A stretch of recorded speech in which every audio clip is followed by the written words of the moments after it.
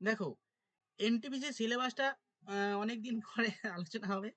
যাই হোক, এনটিপিসি সিলেবাসটা দেখার পরে তোমরা বুঝতে পারবে যে এখানে কি পড়তে হবে।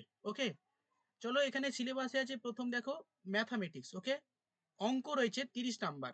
ওকে, 30 নাম্বারের অঙ্ক রয়েছে, টোটাল মার্কস কত? 30টা, অর্থাৎ 30টা প্রশ্ন অঙ্ক করলে 30 নাম্বার তুমি পাচ্ছ। 30 নাম্বার। ওকে, নেক্সট হচ্ছে জেনারেল ইন্টেলিজেন্স এবং রিজনিং, অর্থাৎ জিআই এবং রিজনিং মিলে 30 নাম্বার রয়েছে এবং টোটাল মার্কস কত? 30। জেনারেল অ্যাওয়ারনেস, অর্থাৎ যেটাকে জিকে বলা হয়, জেনারেল অ্যাওয়ারনেস, সেখানে 40 নাম্বার থাকবে, 40 মার্কস। ওকে, অর্থাৎ টোটাল কত হলো? 30, 30, 60 আর 40-এ 100, অর্থাৎ 100 নাম্বারের টোটাল। এটা সেম সেম, সব একই, সব সিলেবাস একই।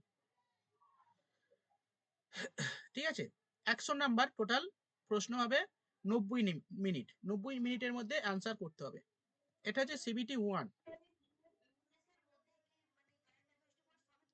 হ্যাঁ, জেনারেল অ্যাওয়ারনেস এর মধ্যে কারেন্ট অ্যাফেয়ার্স পড়বে, জিকে পড়বে, সব আছে 40 নাম্বারের মধ্যে, সবকিছুই কভার হবে। এরপরে আসছি CBT 2, মানে আচ্ছা আচ্ছা, ও বাদ দাও, হয়ে গেছে, ছেড়ে দাও। তো হ্যাঁ, রিজনিং, রিজনিং, হ্যাঁ রিজনিং হচ্ছে 30 নাম্বার।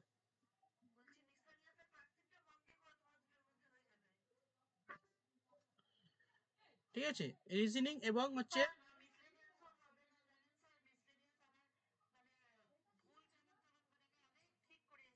হুম হুম, ও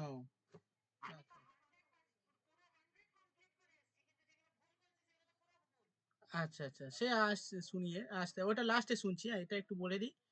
হ্যাঁ, আচ্ছা, এবার দেখো CBT 2। CBT 2-তে কি আছে, মানে দুটো পরীক্ষা হয়, একটা CBT 1, একটা CBT 2। ওকে, আর এটা মেন মেন পরীক্ষা বলা হয় CBT 2। ম্যাথামেটিক্স 35 নাম্বার আছে, 35টা প্রশ্ন। ইন্টেলিজেন্স, জেনারেল ইন্টেলিজেন্স আর রিজনিং 35 নাম্বার, 35টা প্রশ্ন থাকবে, 35 নাম্বার। General awareness 50। ঠিক আছে, 10 নাম্বার বেড়ে গেল।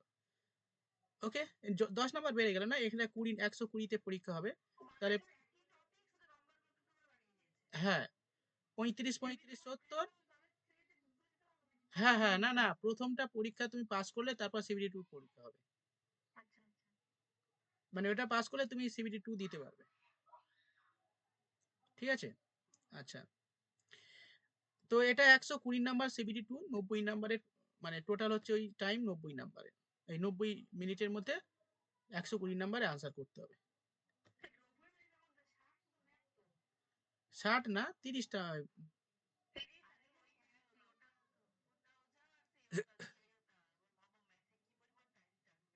হ্যাঁ, হ্যাঁ বলছি, দাঁড়াও। আচ্ছা, এবার দেখো ম্যাথামেটিক্সের সিলেবাস কি আছে। ম্যাথামেটিক্সের সিলেবাস মোটামুটি number system, decimal, fraction, LCM, ratio, proportion, percentage, mensuration, time and work, time and distance, simple and compound interest, profit and loss, এইগুলো অ্যালজেব্রা, জিওমেট্রি, ট্রিগোনোমেট্রি, এই যেগুলো থাকে আর কি, সেগুলো সবই আছে। আচ্ছা, এবার আসছি জেনারেল ইন্টেলিজেন্স, রিজনিং, রিজনিং এ যেগুলো থাকে এগুলো জানো তো, রিজনিং এ কি চ্যাপ্টার আছে। আচ্ছা, এবার আসছি জেনারেল অ্যাওয়ারনেস। জেনারেল অ্যাওয়ারনেসে কি আছে?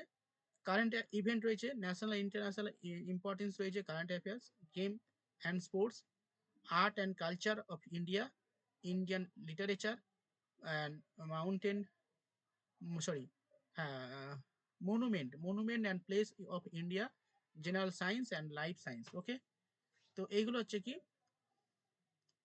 জেনারেল অ্যাওয়ারনেসের মধ্যে পড়ছে। আরও আছে, দাঁড়াও, হিস্ট্রি,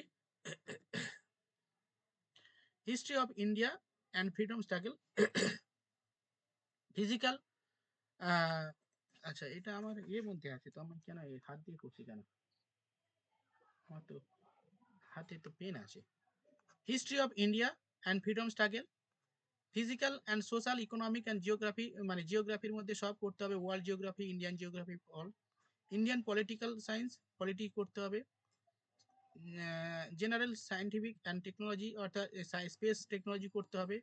ইউএন করতে হবে, আদার অর্গানাইজেশন করতে হবে, এনভায়রনমেন্ট রিলেটেড বিষয় করতে হবে, কম্পিউটার রিলেটেড বিষয় করতে হবে, অ্যাব্রিভিয়েশন করতে হবে, ট্রান্সপোর্ট সিস্টেম করতে হবে, ইন্ডিয়ান ইকোনমি করতে হবে, ফেমাস পার্সোনালিটিস করতে হবে, ফ্ল্যাগশিপ গভর্নমেন্ট প্রোগ্রাম করতে হবে, ফ্লোরা এবং ফোনা মানে উদ্ভিদ প্রাণী জগৎ করতে হবে, এবং পাবলিক সার্ভিস বিনোদনের organisation, importance government and public sector organisation, এবং কারেন্ট জিকে এই পার্টটা করতে হবে।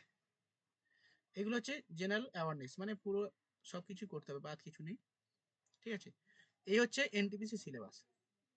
আশা করি বোঝা গেল, তাই না? এবারে কাট অফ কত আসে, এই কাট অফ বিভিন্ন সময় বিভিন্ন আসে, বিভিন্ন জনের বিভিন্ন আসে। 70 কাট অফ ধরে রাখতে হবে, ঠিক আছে? 70 পেলে তুমি প্রিলিমিনারি পাস করতে পারবে, মানে কলকাতার জন্য এর করতে বলছি। 80 কাট অফ হয়, অ্যাভারেজ ধরে গেলাম 15, এই 70। এবারে কাট অফ সেটা এখন বলা যাবে না, এখন বলা মানে পাগলের প্রলাপ। ঠিক আছে, কখন কি আসবে। ঠিক আছে, এই হচ্ছে এনটিপিসির সিলেবাস। ঠিক আছে, আজকের এই পর্যন্ত থাক, আর কিছু বলছি না কারণ টাইম অনেক হয়ে গেছে। ওকে, পরে অন্য বিষয়ে আলোচনা হবে। ঠিক আছে, আর বল এবার কি বলছো বল।